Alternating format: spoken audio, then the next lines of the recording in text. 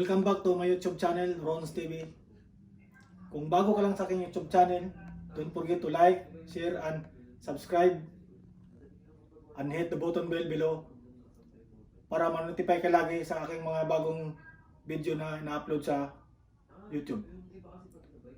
Ang lulutuin ko ngayon ay Adobong Humba Bisayan Edition. Yan ang luto ng mga taga Cebu, taga Mindanao,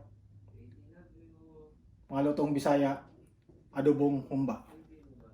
A few minutes later.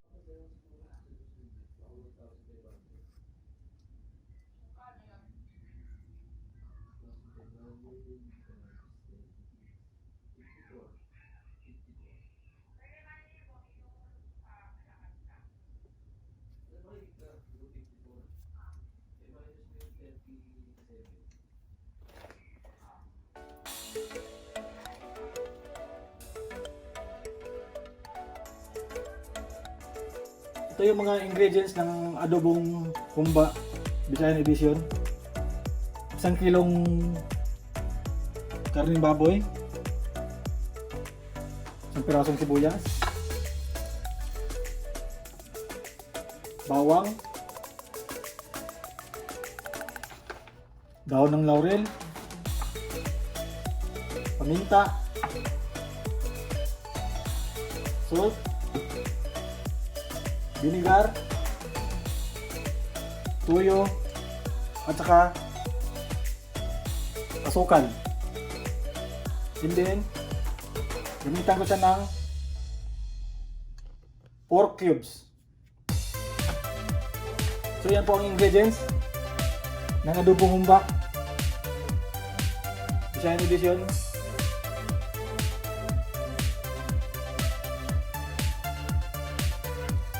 Lagyan natin ng merkado. Oray, bawang.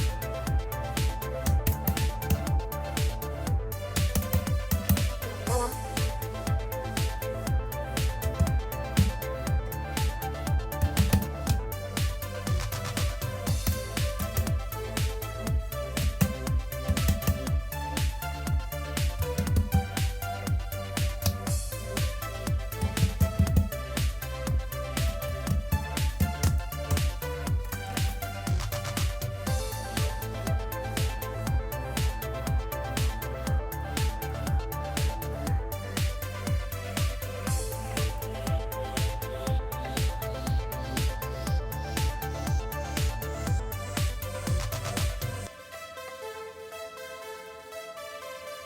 Then sibuyas.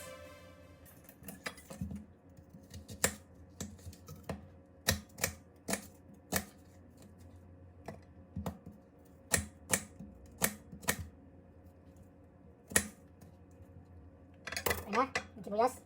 Sa bawang. Ngayon, lalo na natin yung mga ingredients. Lagyan natin ng sibuyas.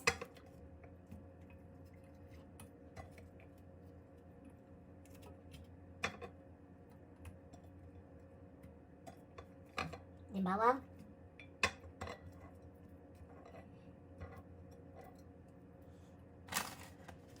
Dahon ng laurel. 5 piraso dahon ng laurel.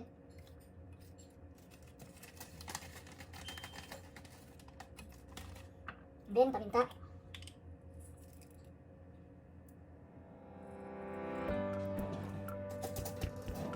Mga 1 kutsara ang paminta.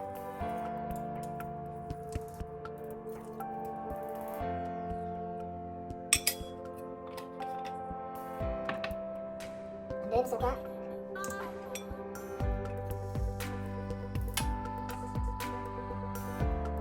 Ito suka lang, yung konting ano yan.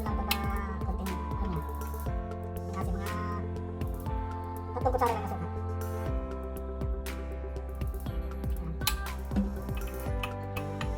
And then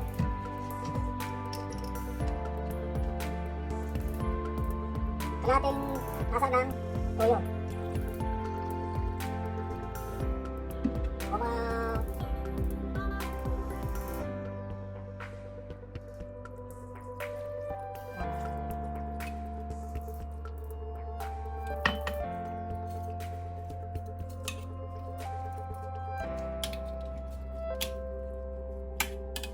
natin.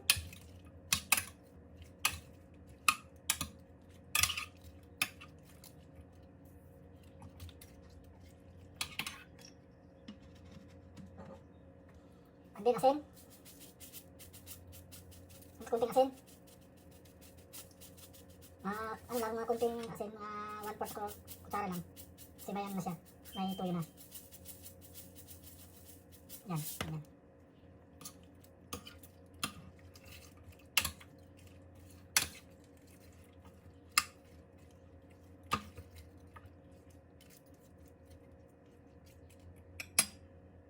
Sunod, lagyan natin ang pork cubes para malasa yung ating pork adobo humba. Lagyan natin yung pork cubes.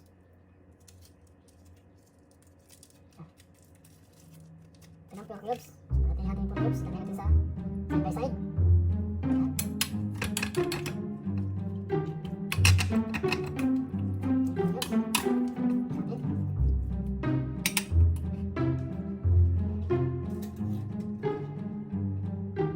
And then, asukal. Pinakalas natin yung asukal. Ito yung ano. Ako kasi naglagay ko 2 kutsara ng asukal.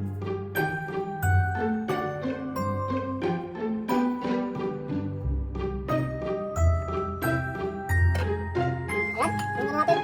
Nandiyan na po yung lahat ng ingredients. Pinalo.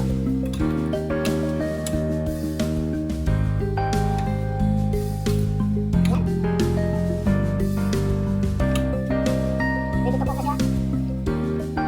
Lagyan natin ng laking tasa ng tubig. Laking tasa ng tubig.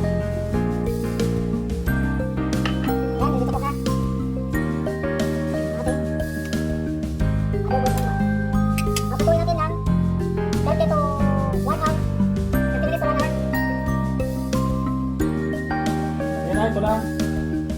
Halo ng ingredients, ready to cook na.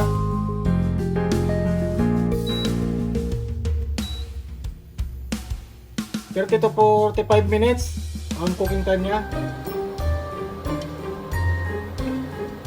2 hours later. Ito na po yung finished product ng Adobong Humba, Bisaya style.